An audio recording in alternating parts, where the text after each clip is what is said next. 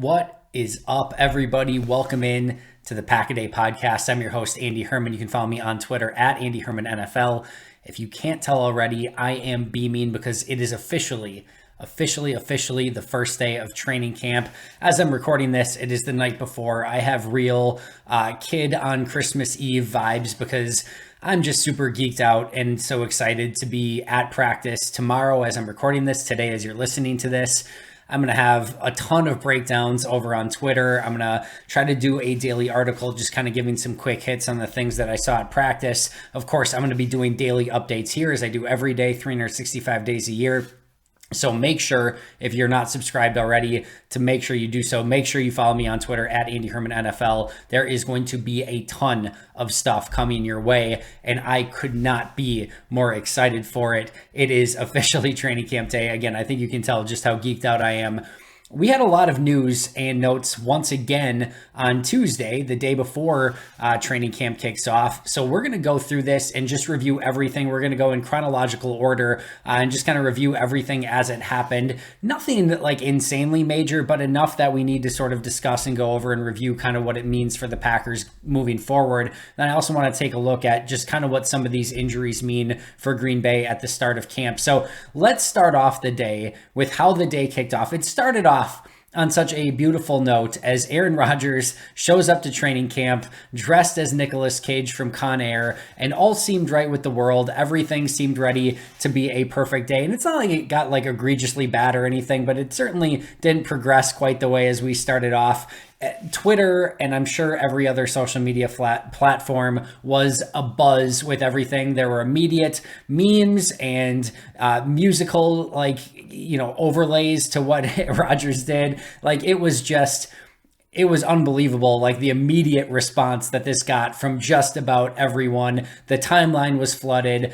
Kudos to Aaron Rodgers for pulling that off. He pulled it off insanely well. I think it was even better than his Keanu Reeves last year during Halloween. I think this one was much better. So he's usually got something come training camp and Halloween and different times throughout the year. I'm sure he's going to probably let the mustache grow out now for the remainder of training camp, but what a way to kick things off as the back-to-back MVP shows up dressed as Nicolas Cage from Con Air. So beautifully done by Aaron Rodgers. From there, we got word of another Packers signing the day before training camp. This time it was Ty Clary, a 6'4", 299-pound undrafted free agent offensive lineman. He was a rookie this year, so undrafted in 2022, a rookie out of Arkansas. And this is just the classic Packers offensive lineman. He played in college at left guard, center, right guard, and right tackle. So everything besides left tackle. Played all across the offensive line, a lot of versatility.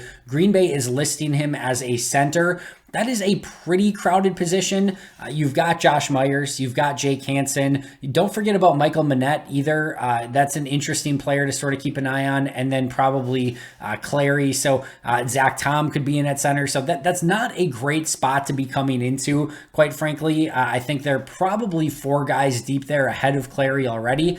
But again, his versatility is going to make him an interesting prospect as Green Bay goes throughout this training camp process. And I do think that he has a legit opportunity just based on his versatility to become a practice squad candidate. So I don't think Ty Clary is going to be fighting for a 53-man roster spot just based on the state of the offensive line, but I do very much think that he can get involved in the practice squad conversation. That's probably what he's shooting for at this point, but you never quite know, and it's an interesting signing for Green Bay on the eve of training camp. And then we got the news that Julio Jones officially signs with Tampa Bay, not Green Bay, Tampa Bay. And I don't always get wins. I take my fair share of L's. I did mention, if you remember my my video cast here on YouTube the other day where I mentioned I thought Green Bay would sign a wide receiver. I did not think they would sign a starting caliber, top of the line wide receiver before the start of training camp, and definitely did not think that Julio Jones at this point would be in the cards. And what do? They do not sign Julio Jones. They do not sign any top of the line free agent wide receiver. And what do? Just as I mentioned, they sign a player who has the potential to probably, as I just mentioned with Ty Clary, compete for a practice squad spot. So I do think that is what Osiris Mitchell, and we'll talk about him in a second, will potentially be, is a practice squad wide receiver. That's what he's probably fighting for. We talked about him yesterday if you want to get a little bit of a deeper breakdown, but there was some question by some, would he be wide receiver, tight end? I hypothesized that it was very likely he would be signed as a wide receiver. He was officially signed as a wide receiver, but not exactly Julio Jones, right? So Julio Jones signs with Tampa, and as you can imagine, or maybe as you participated in, social media was immediately ablaze with frustration and what is Green Bay doing? And you look at that Tampa Bay wide receiver core, right? You've got Mike Evans, you've got Godwin returning from injury, so we'll see how quickly he's able to sort of return to form and when he's able to get back on the field. But you've got Mike Evans, Chris Godwin, and then they get Russell Gage in the offseason, and now Julio Jones. That is a crazy group of 4 wide receivers. And had Green Bay signed Julio Jones on Tuesday, I think pretty much everyone would have been like, that's Green Bay's wide receiver number 1. Would he have to prove that he could stay healthy? Yes. Would he have to prove that he still has enough left in the tank and that he can go and be that number 1 guy? Yes. But I think just about everyone would be like, that would have been Green Bay's number 1 wide receiver. He now goes to Tampa where, assuming Godwin is at some point healthy, he's probably at best their 3, and Russell Gage is very much going to be involved in that conversation as well. So that just shows the disparity between the Packers wide receiver group and Tampa Bay's wide receiver group. There is definitely a difference there. So that's noteworthy. And then again, as mentioned, Packer fans not too happy with the signing. And then it came out immediately after from Adam Schefter that the Packers did show interest in signing Julio Jones. And that goes back to the Packers are going to be involved in every single conversation. And once again, they fall on the short end of the stick and he ends up going to another team, which is a very common theme for the Packers. As I talked about in that same video when I talked about the wide receivers, I have no doubt that Green Bay showed interest and had interest in Julio Jones at some point. I think the first question we have to ask is, all that tweet said is that Green Bay showed interest in Julio Jones. We don't know if that was prior to the draft, prior to Sammy Watkins signing, because once they signed Watkins and once they drafted 3 wide receivers, the open roster spots just became almost non-existent, right? Almost like they at some point chose Sammy Watkins. He was going to be their free agent wide receiver. And my guess is they sort of moved along. Now, as I mentioned, I do think that if Julio Jones comes along and is willing to play for next to nothing, and we don't have any contract terms here, right? So we have no idea as of recording this if Julio got a major deal or more towards a vet minimum. We just don't know. At least I don't know as of recording this. It has not been reported as of yet. If Julio goes to Green Bay and says, listen, I want to play with Aaron Rodgers and I'm willing to play for very little money, of course Green Bay is going to get involved in those conversations and have that conversation with Julio Jones and his agent, right? I just think, and I've thought all along, that they're going to want to see what they have in this wide receiver core first. You have a situation right now where you have Lazard and Cobb and Watkins as sort of your veterans, and then you've got your quadruplets of young, talented wide receivers that you just don't know what you have yet, in Watson and Dobbs and Amari Rodgers and Samori Toure.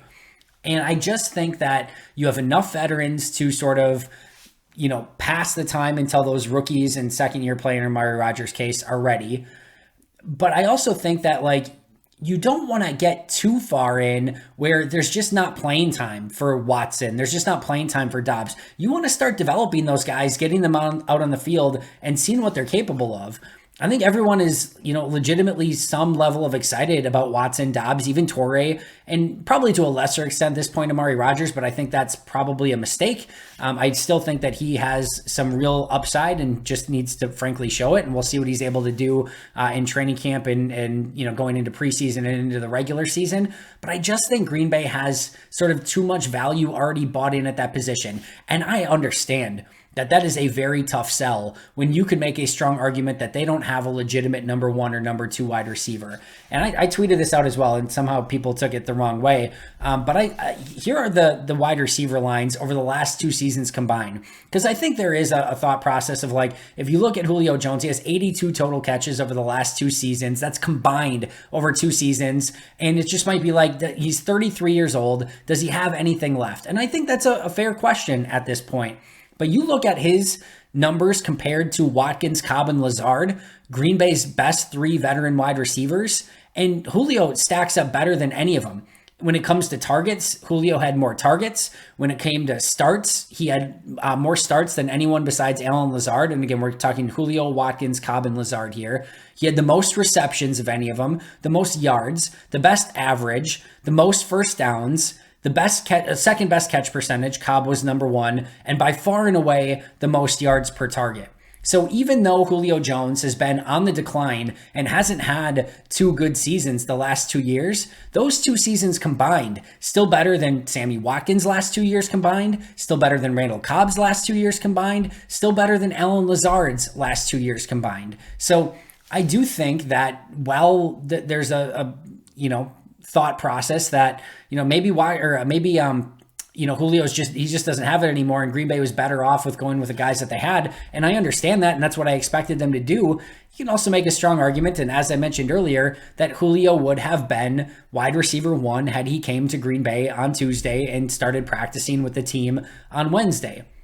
That said, I understand the thought process here. This is exactly what I expected the Packers and Brian Gutekunst to do, is see what they have first and then make adjustments as the season goes along. The roster isn't set now. The roster isn't set when they get to 53. There will be wide receivers that are signed and moved throughout the process. So this is going to be an evolving situation, but I know that Green Bay is just going to want to see what they have and what they can accomplish with the wide receivers that are on this roster. And the last thing I'll say here is that I wholeheartedly believe in every ounce of my being that the Packers and the Buccaneers Super Bowl aspirations will not come down to either Sammy Watkins or Julio Jones. It's just, they're not those guys that are going to move the needle that much anymore one way or the other.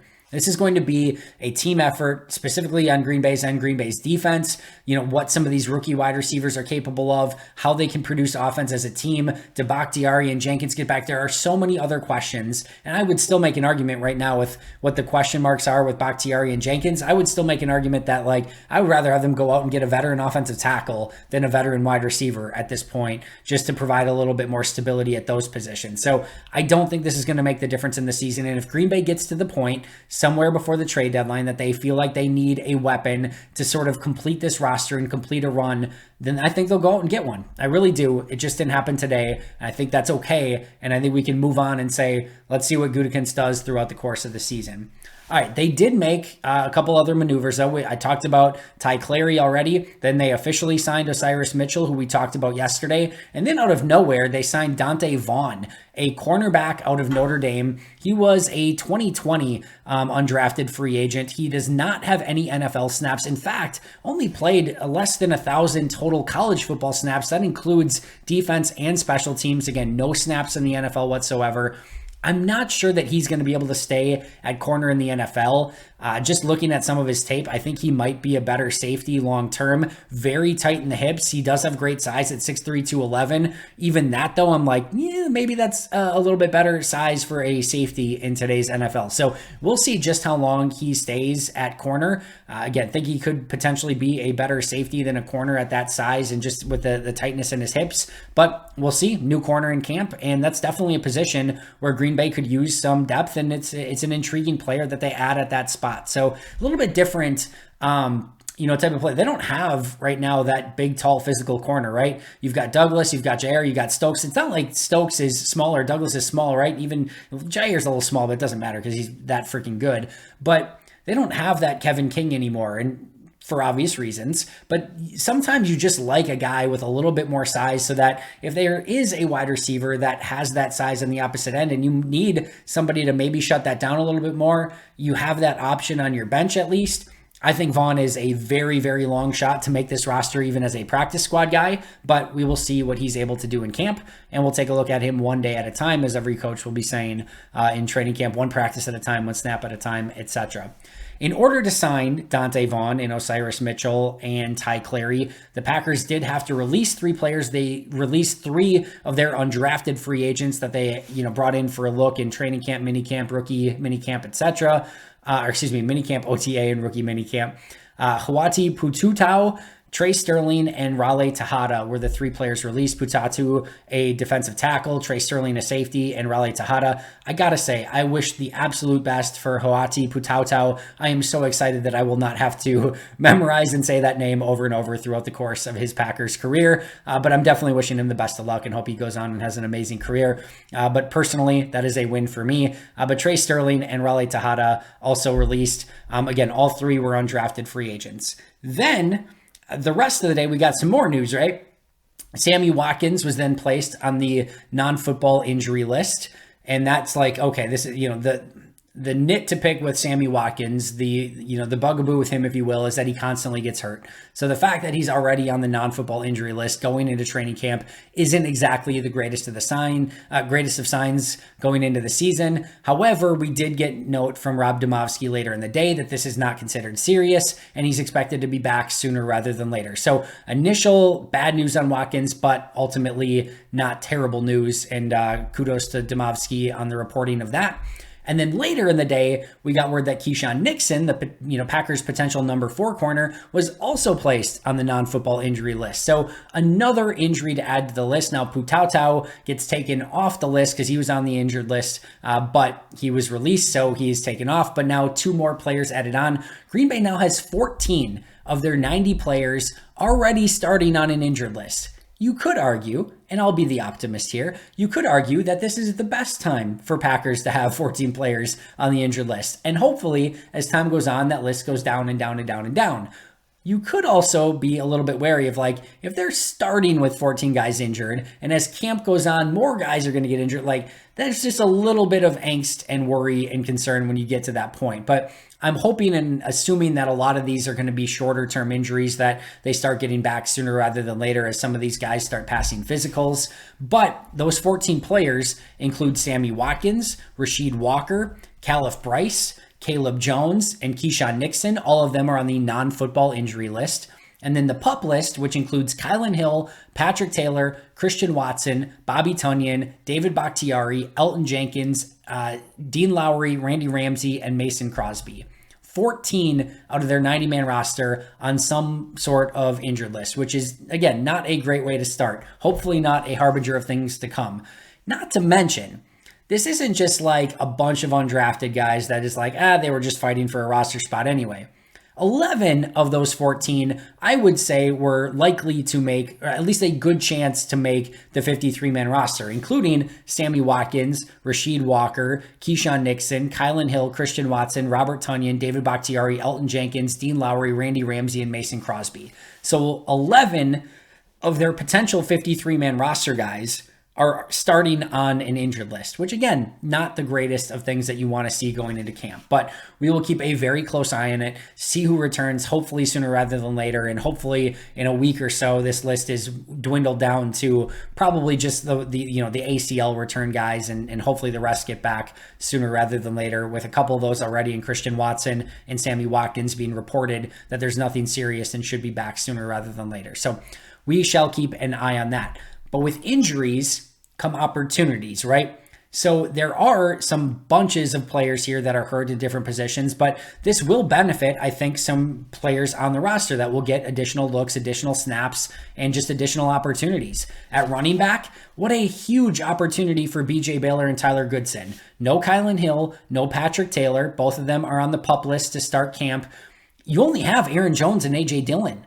And then it's BJ Baylor or Tyler Goodson. One of them, probably they'll be splitting it off, but one of them is going to be the number 3 running back at the start of training camp. So Goodson and Baylor should see a good amount of work. And when you go off into those individual drills, there's only 4 guys working. What a huge opportunity for 2 undrafted guys, where there's a big difference between 6 guys rotating and 4 guys rotating. And I'm sure they're not going to want to play, Jones and Dillon and have them have a bunch of wear and tear and everything like that. So I'm assuming Baylor and Goodson are going to get some pretty steady looks as the Packers kick off training camp. Wide receiver, with Sammy Watkins and Christian Watson hurt to begin with, a huge potential opportunity for guys like Romeo Doubs, Amari Rodgers, Samori Toure, Juwan Winfrey maybe. I think all of those guys could get more looks, even with the number ones. With those two guys out, we know we're going to see a lot of Lazard, a lot of Cobb, but then you start getting into probably a lot of Amari Rodgers and Romeo Doubs territory, maybe some Samori Toure. So we shall see exactly who gets those reps, but a lot of opportunities there at wide receiver with Watson and Watkins starting off on the injured list. Tight end, no Tunyon, means more Tyler Davis. Could potentially help a little bit with Daphne and DeGuara as well, but I think Tyler Davis is probably the biggest beneficiary there. Easy for me to say. Offensive line with 3 players out, right? Bakhtiari, Jenkins, and Rasheed Walker, 3 offensive tackles. With moving around and with how they're going to have to sort of mix and match pieces, I think this is a huge opportunity for Royce Newman, Yash Nijman, Jake Hansen, Cole Van Lanen, and maybe even Sean Ryan and Zach Tom. I think all of those could get some additional snaps, maybe even with the ones for a handful of those guys. Defensive line, with Dean Lowry out, I would see the potential for Devontae Wyatt to get more snaps with the ones eventually, or sooner rather than later.